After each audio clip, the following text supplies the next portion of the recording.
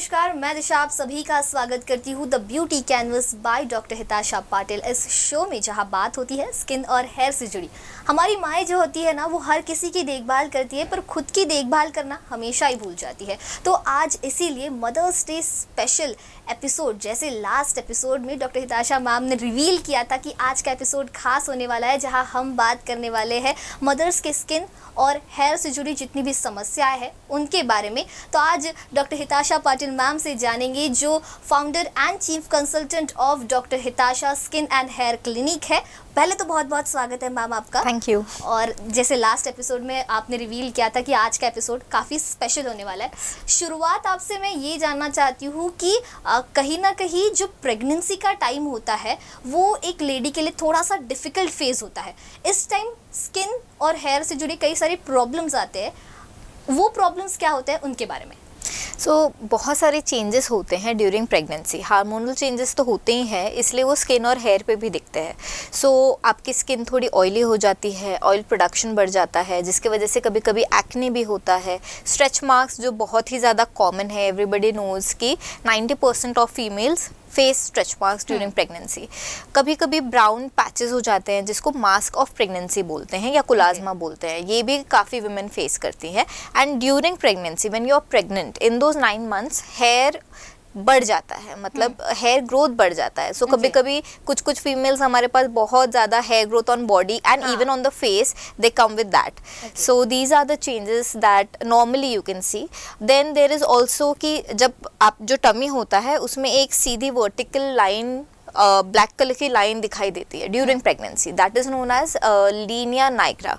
ये प्रेगनेंसी के साथ साथ चले जाता है, but these are few changes that you can C during pregnancy. तो प्रेगनेंसी में होने वाले चेंजेस के बारे में मैम आपने बताया। कहीं ना कहीं प्रेगनेंसी ग्लो एक ये टर्म भी होती है, इसके बारे में आपसे जानना चाहती थी। Females who get a pregnancy glow are really lucky. कुछ लोगों को एक्ने बहुत हो जाता है, कुछ बहुत डल दिखते हैं क्योंकि उनको स्लीप नहीं होती है प्रॉपर, या फिर उनको मॉर्निंग सिकनेस होता है। वो it takes a toll on how you look on your skin and hair. पर जिसको प्रेगनेंसी ग्लो होता है, दोज आर लकी। तो ग्लो क्या है? बेसिकली आपका ऑयल प्रोडक्शन बढ़ जाता है स्किन में और वो ऑयल की वजह से ग्लो आता है। So that is known as a pregnancy glow. जैसे आपने प्रेगनेंसी के दौरान होने वाले प्रॉब्लम्स के बारे में जिक्र किया, इसमें स्ट्रेच मार्क भी एक ऐसा इशू है जो कई बार महिलाओं में देखा जाता है। इसके बारे में क्या कुछ बताएंगे? Stretch marks are mostly inevitable. जिसको होना है वो होते ही हैं, we can not do anything about it. क्योंकि ये क्या है कि जो आपका स्किन है वो बहुत ड्रास्टिकली स्ट्रेच हो रहा है और उसके बाद कॉन्ट्रैक्ट हो रहा है। तो अगर आपको ड्यूरिंग प्रेगनेंसी स्ट्रेच मार्क्स अगर आपके नहीं है, तो मे बी जब आपकी डिलीवरी हो जाती है उसके बाद आपको दिखाई देते हैं। हम उसको सिर्फ कि वो ज़्यादा नज़र ना आए उसके लिए कुछ प्रिकॉशंस ले सकते हैं। हम उसको हाइड्रेटेड रख सकते हैं with good moisturisers like shea butters, या फिर कुछ लोग ऑयलिंग करते हैं रोज़। तो when you are pregnant you can use oils, shea butter and even hyaluronic acid. Mix hyaluronic acid serum, oil और शिया बटर एंड 1 से 2 बार आप लगाइए, सो दैट ज़्यादा विजिबिलिटी ना हो उन स्ट्रेच मार्क्स की।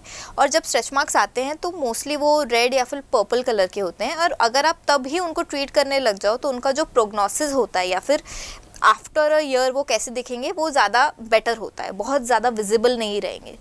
Take care as soon as you see कि आपको हो रहा है, तो आप ये प्रिकॉशंस जो मैंने आपको बताए हैं या फिर ये जो ट्रीटमेंट है घर पे जो आप कर सकते हो, you can do that. Okay, ये तो स्ट्रेच मार्क्स की बात हो गई, पर कई लेडीज़ को प्रेगनेंसी के दौरान कुछ ब्राउन पैचेस भी दिखते हैं स्किन पर। ये क्या स्किन कंडीशन होती है? ओके, जो ब्राउन पैचेस ड्यूरिंग प्रेगनेंसी आते हैं उसको हम मास्क ऑफ प्रेगनेंसी कहते हैं या फिर chloasma. This is because of hormonal changes that are happening in your body. Mostly जो ये एक्सपीरियंस करते हैं वो चला जाता है आफ्टर चाइल्ड बर्थ। ये क्या है, ब्राउन कलर के patches on your cheeks, even on your nose दिखाई देते हैं। हम ज़्यादा कुछ ड्यूरिंग प्रेगनेंसी नहीं कर सकते क्योंकि कुछ लिमिटेशंस होती हैं, हम कुछ मॉलिक्यूल्स यूज़ नहीं कर सकते while you are pregnant.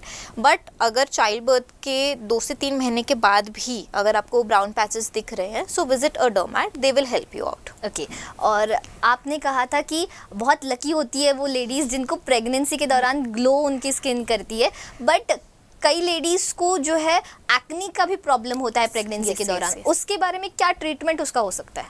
So acne के लिए अगर आप ज़्यादा एक्सपीरियंस कर रहे हो, ड्यूरिंग प्रेगनेंसी बढ़ गया है, तो आप एक रेगुलर रूटीन यूज़ कर सकते हो. You can use a good anti acne face wash, moisturiser, sunscreen which are safe during pregnancy.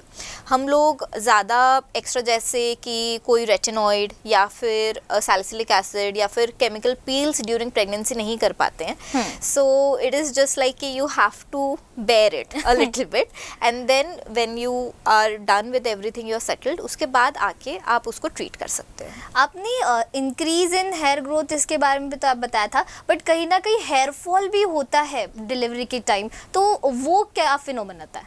So during pregnancy आपका हेयर ग्रोथ बढ़ जाता है बिकॉज एक तो आप अच्छा खा रहे हो, हार्मोनल चेंजेस हो रहे हैं, और कभी कभी बॉडी एंड फेस दोनों पे ज़्यादा हेयर ग्रोथ लेके प्रेग्नेंट लेडीज़ आती हैं.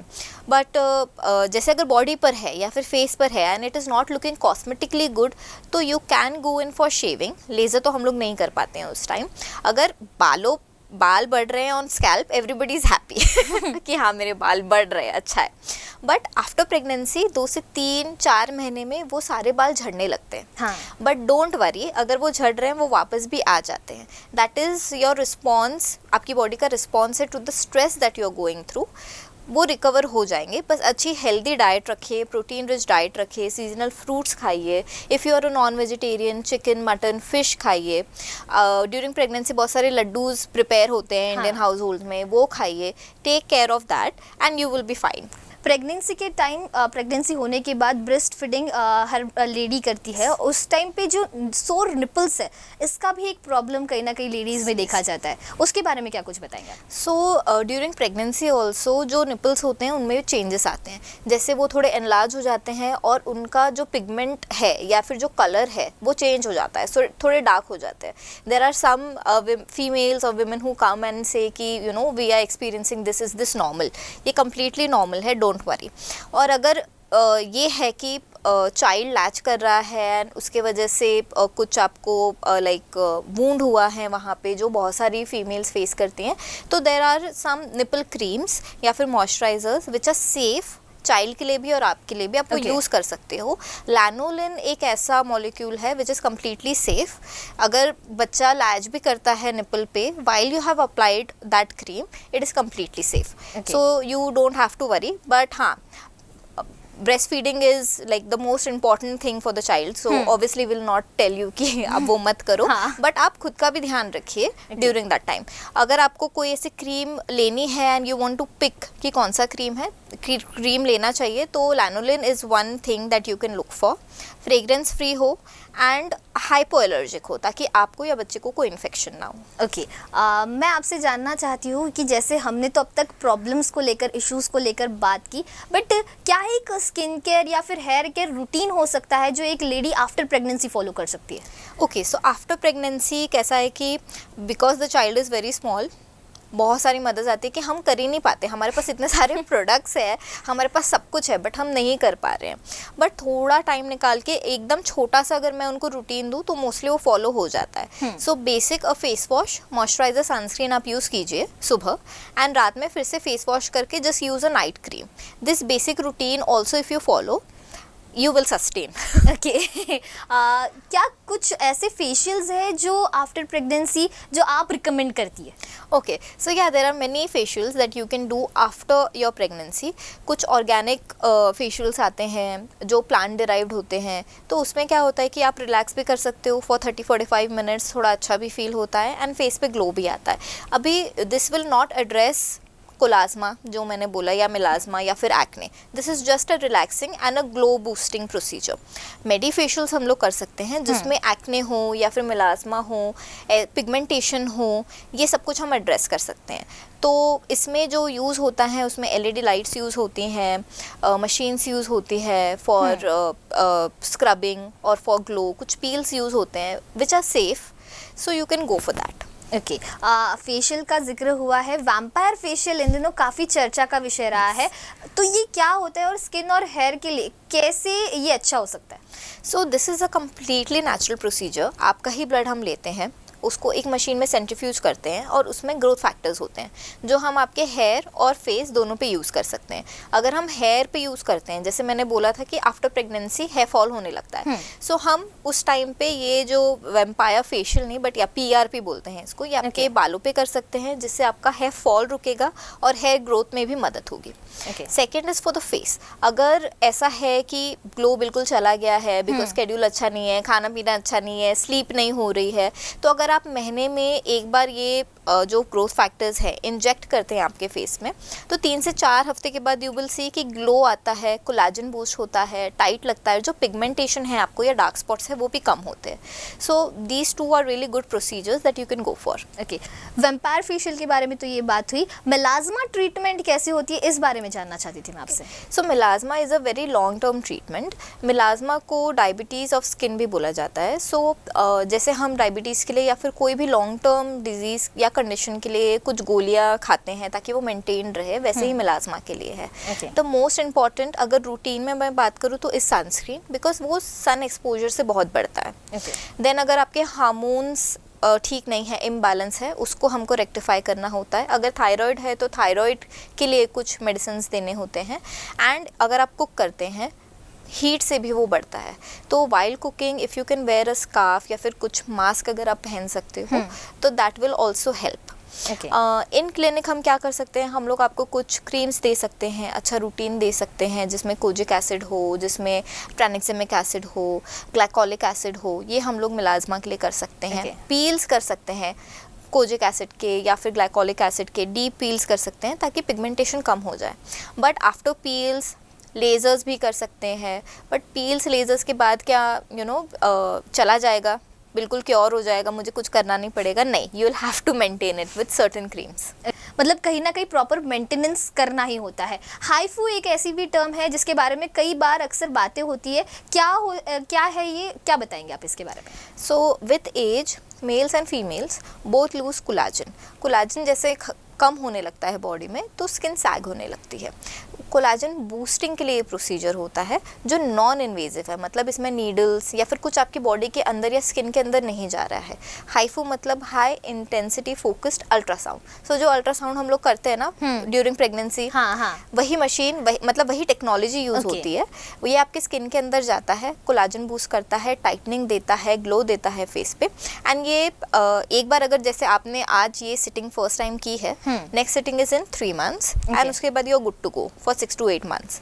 So if you are in your late 30s या 40s जहाँ पे बहुत ज़्यादा सैग नहीं है, it's okay, this is a really good procedure that you can go for. Okay, Botox filler के बारे में भी क्या कुछ आप बताएंगे? सो बोटॉक्स फिलर्स सुन के लोगों को ऐसा लगता है ओ माय गॉड ये भी करना पड़ेगा अभी हमको। So these are really simple procedures. Botox क्या है कि अगर फाइन लाइन्स आपको दिख रहे हैं, फॉर्म हो रहे हैं, जो फीमेल ज़्यादा नोटिस कर लेती हैं ऑन योर फोरहेड या फिर आँखों के आसपास, तो ये 6 महीने में एक ही बार करना होता है। आपके फाइन लाइन्स सेटल हो जाते हैं, ज़्यादा दिखते नहीं है prominently, and you can repeat it after 6 to 8 months या फिर जैसा भी आपका दिल करे। एक बार अगर आपने किया है and you really don't like it और you are still hesitant to do it, it's okay, there are other options that you can go for, but then they will not give you the results that Botox will give. जैसे उससे वो at least 50% तो कम ही result देंगे, but there are alternatives.